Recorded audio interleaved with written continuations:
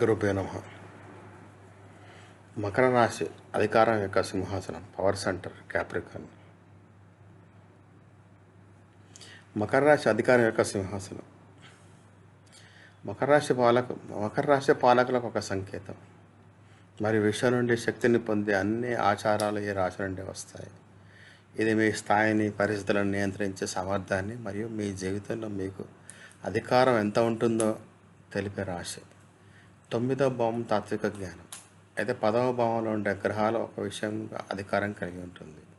సంపద, భార్య మరియు భూమి అధికారం ఉన్న వారికే చెందుతాయి. భూమి మరియు అధికారానికి కారకుడైన గ్రహమైన మకర రాశిలో ఉచ్చస్థితిలో ఉంటాడు. అంటే భూమికి కారకుడైన అంటారు మంగళుడు.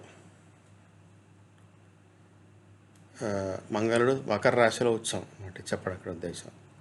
ఓకే, 10వ భావానికి యజమాని అయిన ఈ గ్రహం భార్య ఇంట్లో 7వ భావములైన తులారాశిలో ఉచ్చస్థితిలో ఉంటాడు.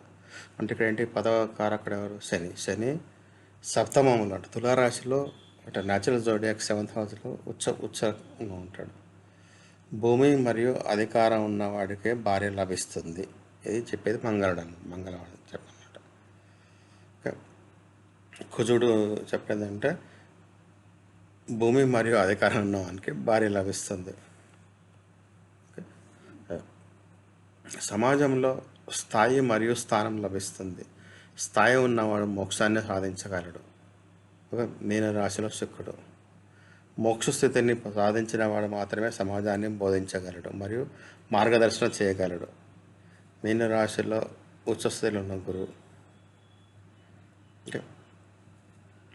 గురువు మాటలను పాటించే సమాజానికి సంపద లభిస్తుంది. ఇది గ్రహ ఉచ్చస్థితుల యొక్క చక్రం.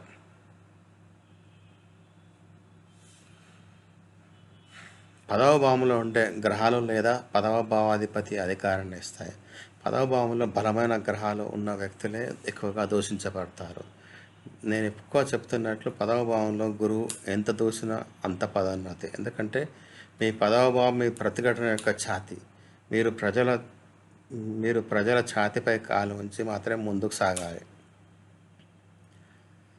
గురువు నీచ స్థితిలో ఉంటాడు. ఎందుకంటే ఇక్కడ గుండాగర్ది జబర్దస్త్ చేయడానికి గురువు సామర్థ్యం కలిగి ఉండడు. అందుకే మంగళుడి మద్దతుగా ఉంటే కనుక ఎర్ర పగడాన్ని లేదా శని మంచి స్థానంలో ఉంటే నీలం నవరత్నాన్ని ధరించండి. కానీ కర్మకు వేరే ప్రత్యామ్నాయం లేదు. అర్జునుడు కీర్తి సాధించడానికి బంధువులను చంపవలసి వచ్చింది. అధికారం కోసం పనిచేసేప్పుడు ఇక్కడ మీకు శని యొక్క అపరాధ భావన, గిల్ట్ ఉంటుంది. మీరు ఆరోగ్యం పొందినప్పుడు మాత్రమే మీకు పేరు, ప్రసిద్ధి మరియు అధికారం లభిస్తుంది. ప్రజలు విజయాన్ని చూస్తారు. కానీ ఒక లక్ష్యాన్ని సాధించడానికి మీరు ఎన్నిసార్లు కోరికను చంపి మీ విలువైన విషయాన్ని అర్పించి అర్జునులా మారవలసి వస్తుంది ఎవరికి తెలియదు.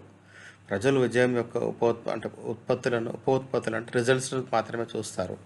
అవి డబ్బు మరియు ప్రసిద్ధి అంటే 11వ భావం. మీరు దాటిన ప్రక్రియపై ఎవరు శ్రద్ధ చూపరు. శని కర్మ యొక్క 10వ భావానికి యజమానికి కారణం. ఎందుకంటే మీరు స్థాయిని పొందేందుకు శని స్థానానికి చేరుకున్నప్పుడు మీలో కోరికలు అవశేషంగా ఉండవు. మీరు వాటి కోసం కోరిక కూడా లేనప్పుడు శని మీకు వాటిని ఇస్తాడు. ఉదాహరణకు వృద్ధాప్యంలో కొత్త బట్టలు, వాటిని ఉపయోగించాలనే ఉత్సాహం మీరు ఎప్పుడూ కలిగి ఉండరు. అర్జునుడు చెప్పినట్లు ఈ రక్తం రంగుతో పొందిన రాజ్యం నుండి ఏం లాభం ఇదన్నమాట. విశ్వం నుండి శక్తిని పొందడానికి మనం చేయాల్సిన పాండిత్యపూర్వకమైన పని కారణంగా అమరత్వం కోసం సుఖంగా జీవించడానికి ఈ లోకంలో మరియు ఇతర లోకాలలో అధికారం కలిగి ఉండడానికి అగ్నికి కృతికా నక్షత్రము, బెల్లము, నువ్వులు, వేరుశనగ, ఆవాలు వంటివి గాయత్రి మంత్రం, సూర్య హస్త నక్షత్రంలో అర్పించండి. ఇక్కడ చెప్పేది ఏంటంటే 10th హౌస్లో గురువు నీచం అంటే న్యాచురల్ జోడియాక్ 10th హౌస్ గురువు నీచం. కానీ అక్కడ మంగళుడు ఉచ్చం. మంగళ పవర్ భూమి అంటే అధికారం ఉన్నవానికి భూమి లభిస్తుంది, అధికారం ఉన్నవానికి పవర్ లభిస్తుంది, అధికారం లభిస్తుందని. సో అట్లాగే అక్కడ natural zodiac 10th house lord ఎవరు? సాటర్న్. సాటర్న్ సప్తమంలో వచ్చింది అంటే వానికి అది అధికారం ఉంటుంది, అక్కడే వానికి భార్య కూడా లభిస్తుంది అనమాట.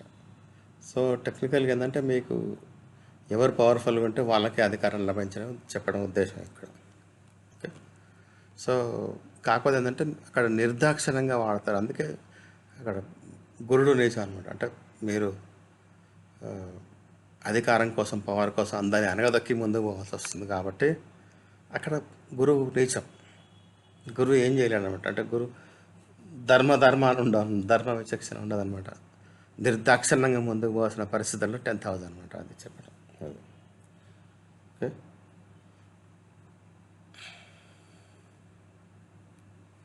దయచేసి షేర్ చేయండి, సబ్స్క్రైబ్ చేయండి, లైక్ చేయండి. మీ కామెంట్స్ పెట్టండి, మీ కామెంట్స్ పెట్టండి. మీకు ఇంకేమైనా కొత్త ఏమైనా టాపిక్స్ కావాలంటే చెప్పండి, ఆ టాపిక్ మీద మళ్ళీ చేస్తాను నేను. ఓకే, ధన్యవాదాలు.